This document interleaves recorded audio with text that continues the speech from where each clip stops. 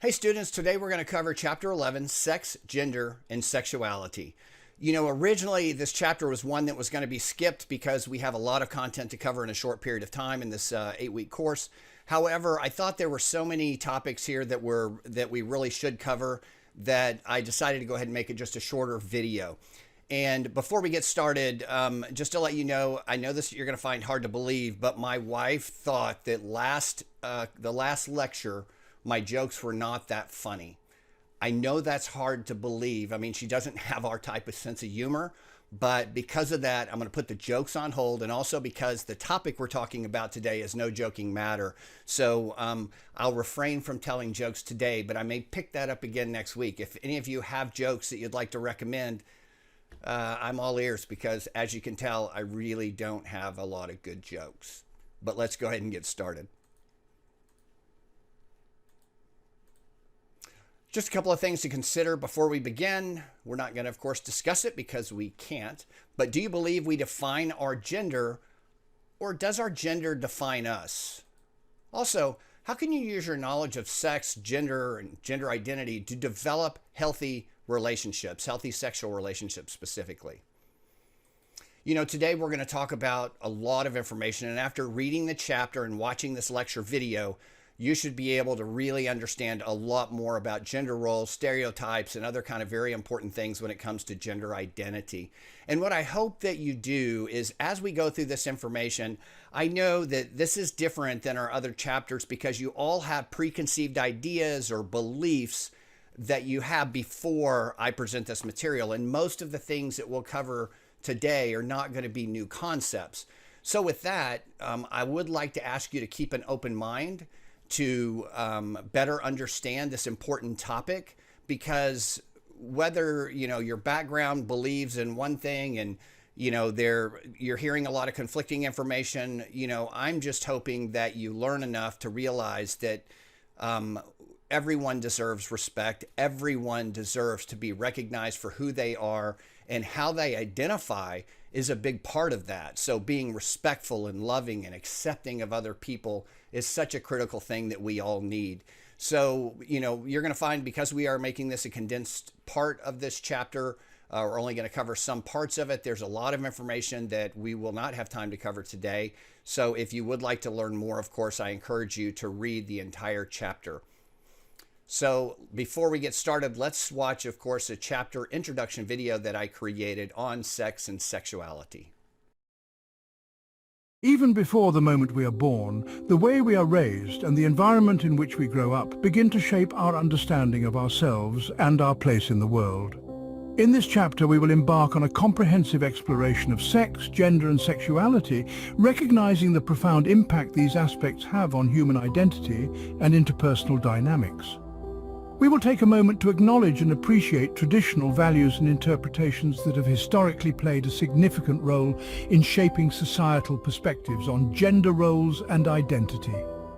As we discuss this delicate subject, it is crucial to approach this exploration with sensitivity and respect, acknowledging the diverse cultural, religious, and historical contexts that have influenced traditional values. By doing so, we aim to provide a balanced and inclusive understanding of the multifaceted nature of sexual identification and gender roles. However, what if gender isn't as binary as society has led us to believe?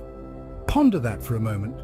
This question opens up a world of discussions around sex, gender, and sexuality, and it's precisely the world we will be exploring in Chapter 11 from your textbook, Introduction to Psychology, Gateways to Mind and Behavior by Kuhn, Mitterer, and Martini. Let's unpack the complex interplay of biological, psychological, and socio-cultural factors that influence our understanding of these concepts.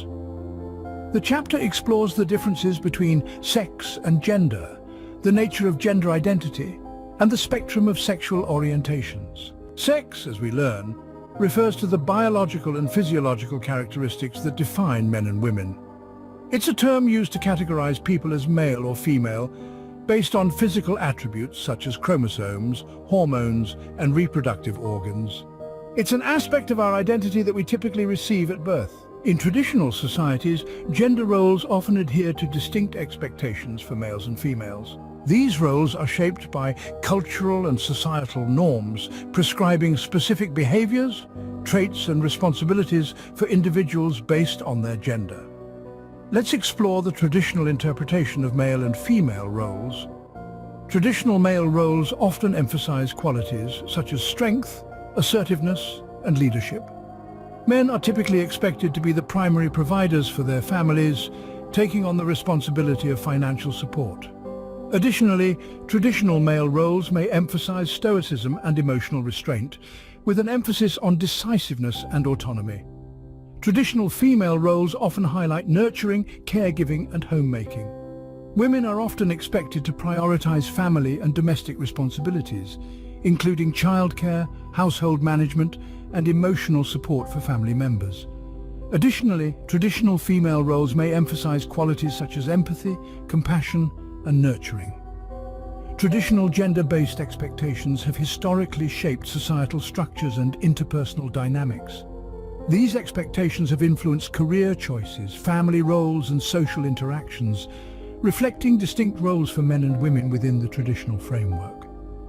While traditional gender roles have been deeply ingrained in many cultures, it's important to recognize that perspectives on gender and gender roles are evolving. As societies progress, there is a growing acknowledgement of the diverse and fluid nature of gender identities and a shift towards more inclusive and equitable interpretations of gender roles.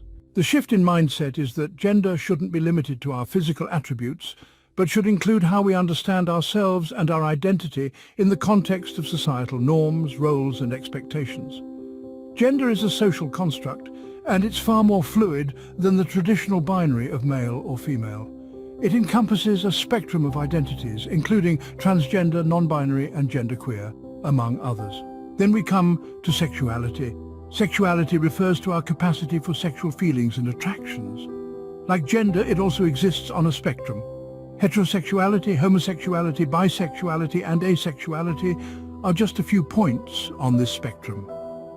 The chapter delves into various theories that attempt to explain sexual orientation, including biological, psychological, and sociocultural perspectives. The chapter concludes by summarizing the main points. First, it reiterates that sex, gender, and sexuality, though interconnected, are distinct concepts. Each one plays a unique role in shaping our identities and experiences. Second, it emphasizes that gender and sexuality are not binary, but exist on a continuum. This understanding challenges traditional norms and opens up a more inclusive understanding of human identities. Finally, it underscores the importance of considering a multiplicity of factors, biological, psychological, and sociocultural, when trying to understand these concepts. It's a reminder that our identities are complex, multifaceted, and far from being reducible to simple categories. So, as we navigate through the fascinating world of sex, gender, and sexuality, remember to keep an open mind. The journey of understanding these concepts is as much about unlearning old beliefs as it is about learning new ones. Thank you for listening. Until next time. So we'll start off our discussion in Unit 1, describing kind of basic dimensions of biological sex, including the role of hormones in shaping sexual development prenatally and postnatally, and also define sexual orientation and outline its causes. You know, the term sex refers to whether you're biologically female or male, but contrary to common belief, classifying sex is not as simple as that. To understand why, we're going to examine the various dimensions of biological sex. But before we do, I want you to kind of think about something for a moment. This may be hard for you to consider, but I would like you to just take a few minutes and think about something with an open mind. What is your sexual organ? Your sexual organ is actually your brain. You know, most people may have thought something different, but your sexual organ is your brain. It's how you think. So your body has these characteristics of being male or female, but your brain may be different. And that's what a lot of research is being done today, is to find out that there are differences between a male and a female brain. And also what you're going to find out is, you know, there are 3 sexes, at least, known that even the government, the U.S. government, accepts today. There's male, female, and intersex. And intersex is identifying someone that is born with both male and female sexual genitalia. So, even though you may not see it, but internally there's some type of difference where there are both male and female sexual genitalia. So because of that, I want you to just think about, and they say that it affects, I believe it's 1.2% of the people that will have some form of that are born in the United States. It may be a worldwide figure, but we'll look at that here in a few minutes. But knowing that, understanding that, I just want you to think there's not just a male or female, and this is how it's supposed to be. That's what we're maybe told in church or our religious facilities, these institutions that tell us that there's this one way. And, I want to challenge you for a moment to just have an open mind and think about, what if this were you? What if this were someone you loved, a brother, a sister, that was born one way, but they identified that their mind, their brain identified with something completely different? Can you imagine how difficult that would be to live in a body that you don't feel is your own? It's a very, very difficult thing to think about. And most people never think about it until if it's not them, they have a close friend or family member that actually goes through this and experiences it, and they're strong enough, bold enough to ask and to discover what made the difference and how that person identifies. So I'm going to challenge you for a little bit to just think about it in those terms before we go on, and we're going to go ahead and move on to the dimensions of biological sex. At the very least, classifying a person as biologically female or male requires that we consider 4 dimensions. The first thing is their genetic sex. That's the 2X or the XY chromosome. Hormonal sex, which is the predominance of estrogens or androgens. And there's gonadal sex, that's ovaries or testes. And the last thing, the fourth dimension, is genital sex. That's a clitoris, vagina in females, of course, a penis and scrotum in males. To see why each one of these 4 dimensions is important, we have to trace the events that are really involved, especially in utero, for becoming male or female. So genetic sex. Becoming male or female may seem simple enough. Genetic sex is determined at the instant of conception. 2 X chromosomes initiate female development, and an X chromosome plus a Y chromosome produces a male. The mother's ovum always provides an X chromosome because she has 2 X's in her own genetic makeup. But in contrast, 1/2 of the father's sperm carries the X chromosomes and the other half carry the Y's. However, variations may occur because some individuals begin life with too many or too few sex chromosomes that will fit. For example, there's Klinefelter syndrome. That's a boy is born with XXY or with an extra X chromosome. As a result, when he matures, he may appear to be more feminine or have an undersized sexual organs or be infertile. In Turner syndrome, a girl is born with only 1 X chromosome and no Y chromosome. As an adolescent, she may appear boyish, and she also may be infertile. So biological sex also is not solely determined by genetic sex. It's also influenced by sex hormones secreted by gonads and adrenal glands. The gonads, which are testes in males and ovaries in females, secrete male androgens and female estrogens, which are hormones, while the adrenal glands also contribute to hormone production. For the test, just realize too that prenatal development of a male or female anatomy is largely attributed to the presence or absence of testosterone, a type of androgen mainly secreted, of course, by the testes. In embryos, the presence of a Y chromosome prompts the development of testes, leading to the secretion of testosterone, which stimulates the growth of the male reproductive structure. But in the absence of testosterone, female reproductive organs and genitals develop, irrespective of genetic sex.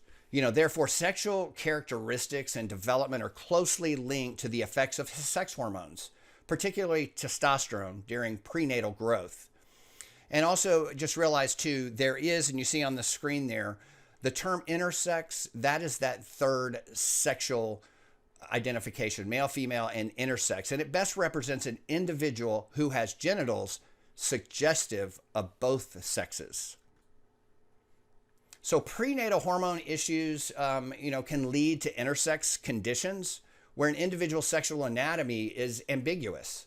Genetic males may not develop male genitals due to insufficient testosterone, and an androgen insensitivity syndrome can result in female development despite the presence of testosterone.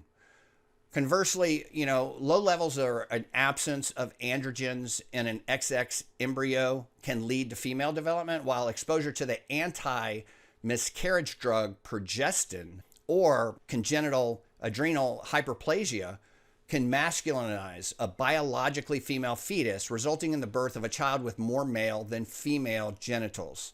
These conditions illustrate the complex interplay of hormones and genetics in determining sexual development, leading to a diverse range of intersex variations. Mature males and females exhibit differences in both primary and secondary sexual characteristics. Primary sexual characteristics, are pretty much the reproductive organs such as the vagina, ovaries, uterus in females, and the penis, testes, scrotum in males. Secondary sexual characteristics, though, they develop in response to the hormonal signals of puberty, at puberty. And they include, of course, breast development and changes in the body shape in females, while males experience a growth of facial and bodily hair and, of course, deepening of the voice. These physical changes signify biological readiness for reproduction, particularly in the female, making the onset of menstruation at the beginning of a monthly ovulation. Ovulation, of course, involves the release of eggs from the ovaries, signaling the reproductive capacity of females from the first ovulation until menopause, the stage when menstruation ceases. Sexual orientation. That refers to an individual's enduring pattern of emotional and erotic attraction, which is more complex than the binary classification. Heterosexual individuals are romantically and erotically attracted to the opposite sex, while those attracted to the same sex are referred to, of course, as gay or lesbian. Bisexual individuals are attracted to both men and women, represent a diverse spectrum of sexual orientation. A growing number of psychologists recognize asexuality as a distinct sexual orientation, where individuals experience little or no sexual attraction to either gender.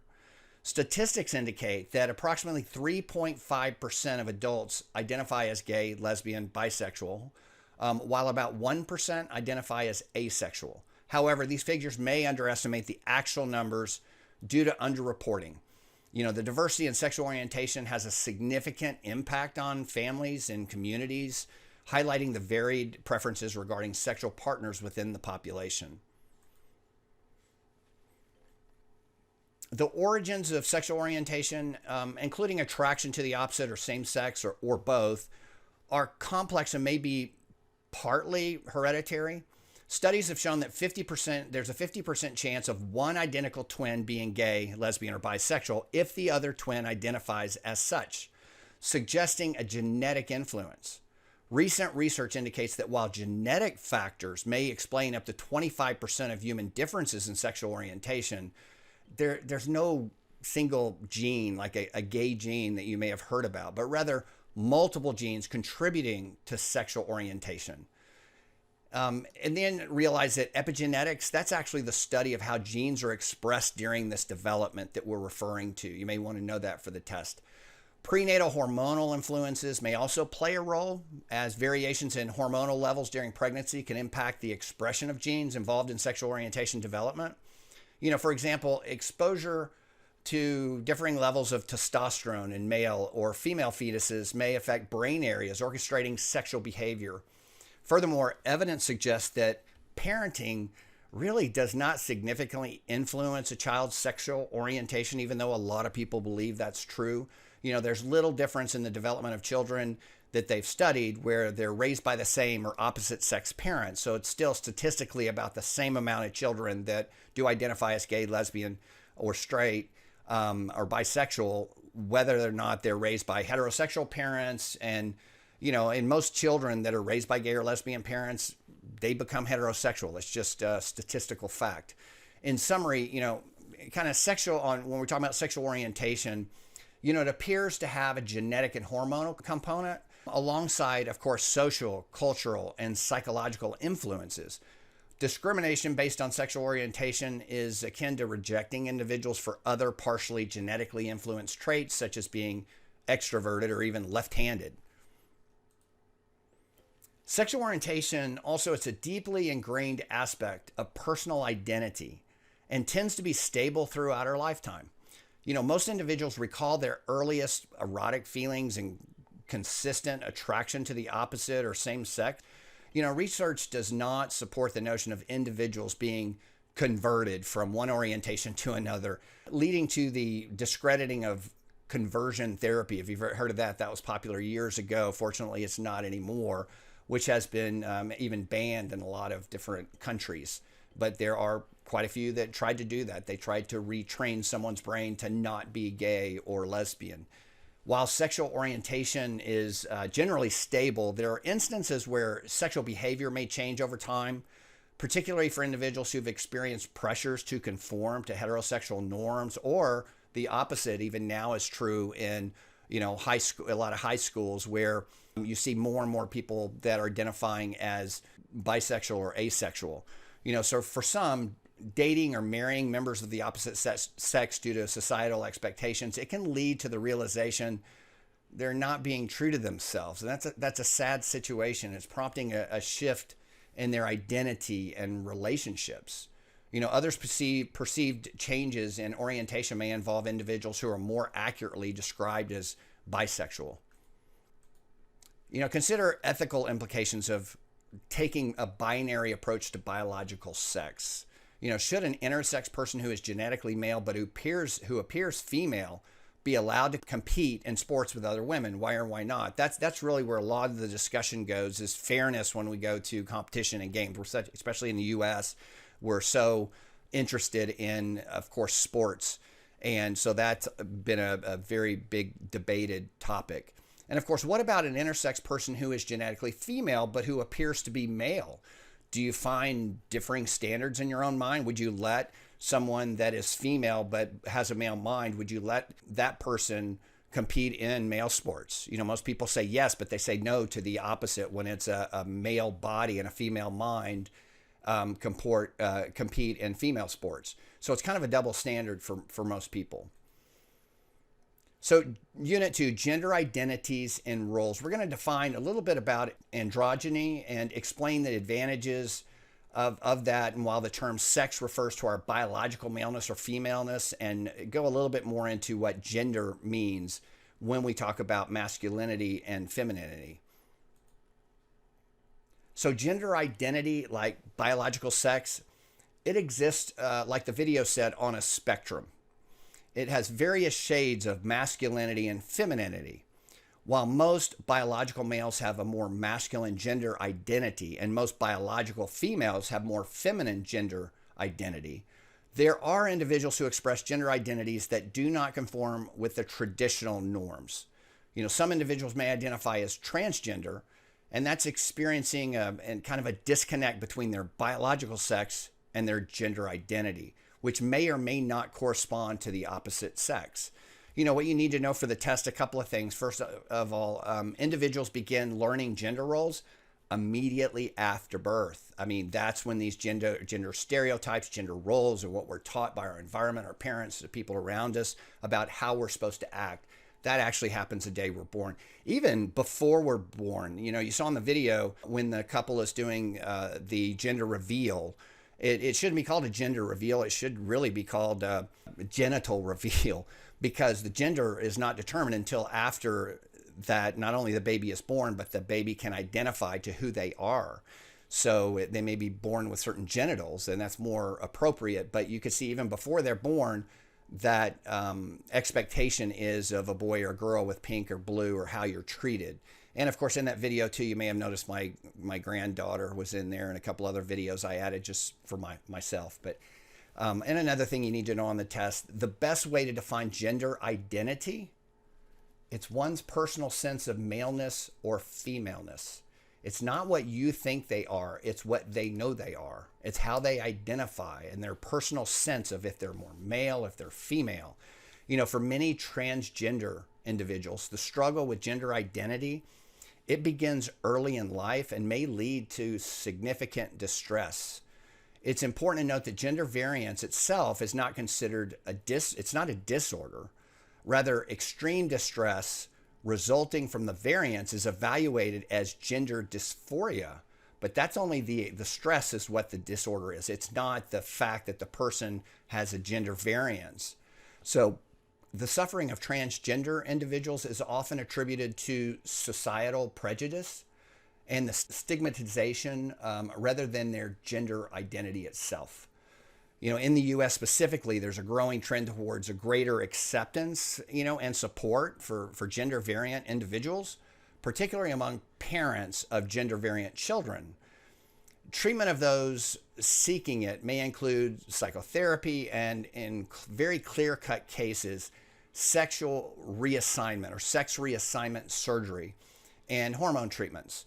The decision to undergo sex reassignment surgery, especially for younger individuals, it's highly debated. It's, of course, a high topic of a debate, with some advocating for early intervention and others recommending waiting until adulthood to make an informed choice. So that is a topic that I'm sure will be debated for years, and at least we are giving it the attention it deserves. Due to the complex relationship between sex and gender, the best course of treatment is determined on a case-by-case basis, considering the individual's unique circumstances and needs.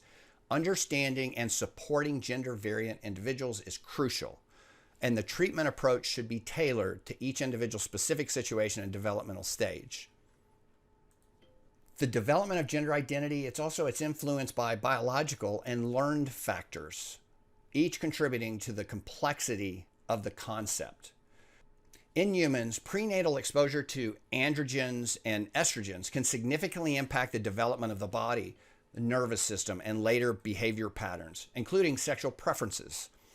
Slight variations in sex hormones before birth can sex type the brain, potentially affecting the development of feminine or masculine traits. However, it's important to note that gender differences should not be overgeneralized, as individual variations exist and gender role socialization plays a significant role in shaping gender behaviors and identity. The role of learning. Gender identity begins with labeling and is further shaped by gender role socialization. That's the process of learning gender behaviors deemed appropriate for one's sex in a given culture. Children are exposed to gender stereotypes through various mediums such as media, toys, and play.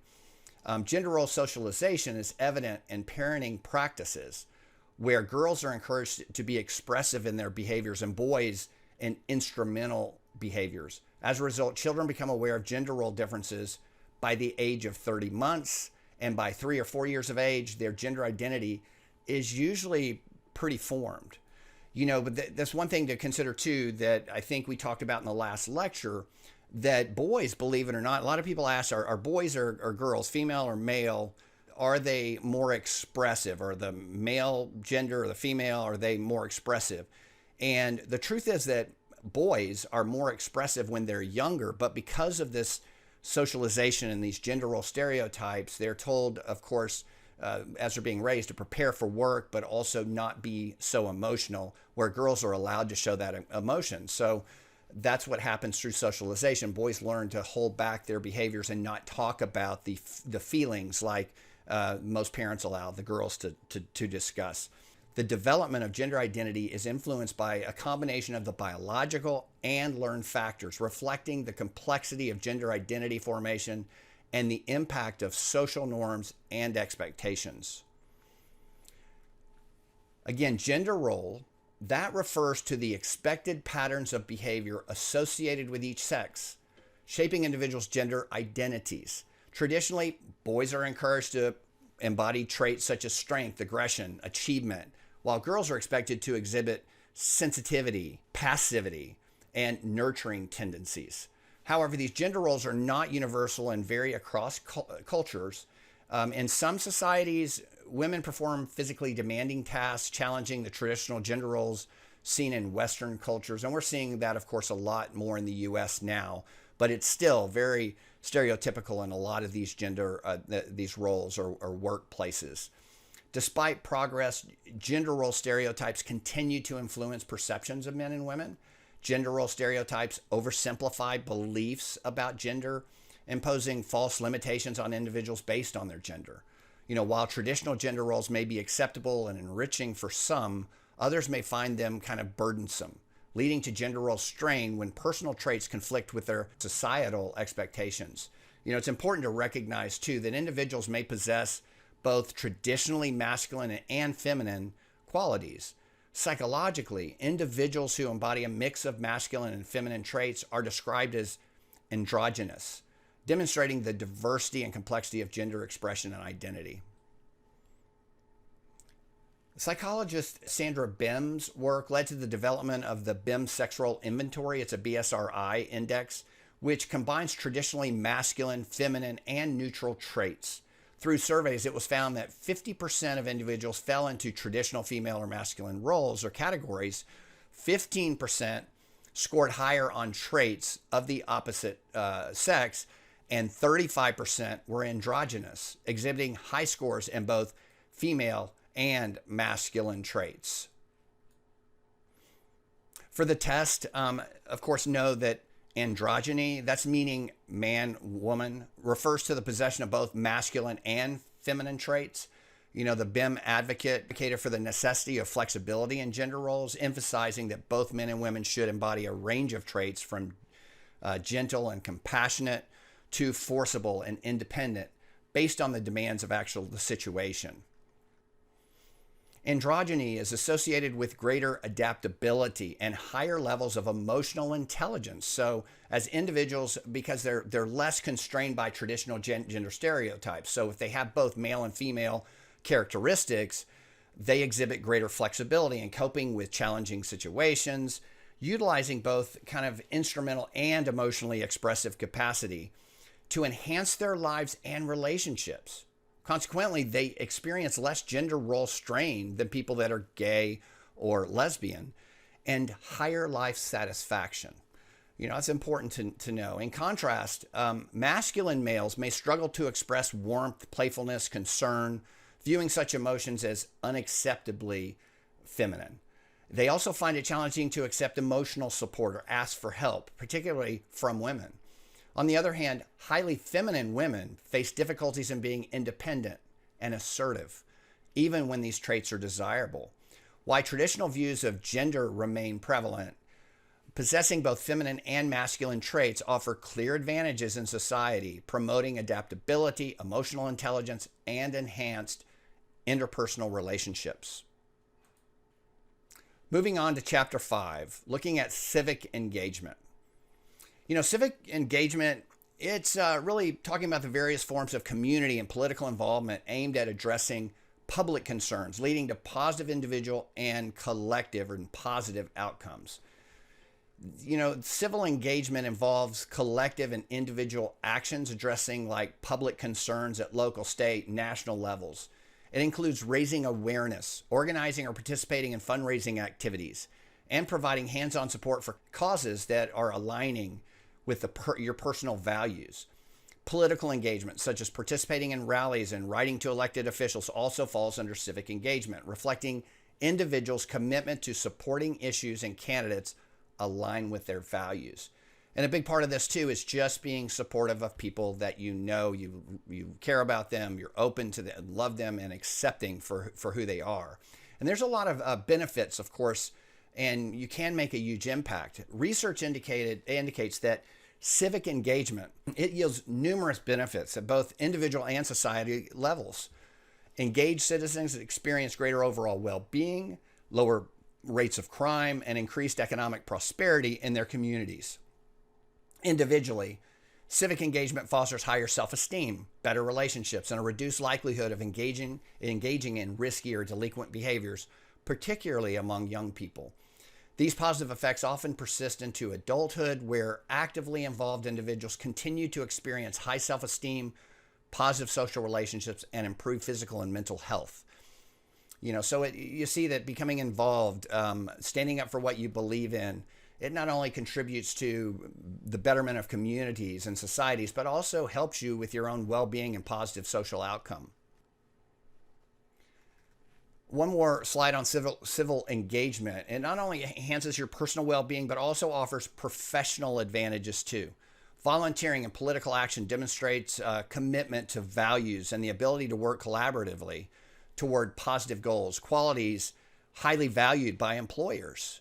A lot of employers, they're looking for people to be involved, and standing up and doing what's right is a positive trait.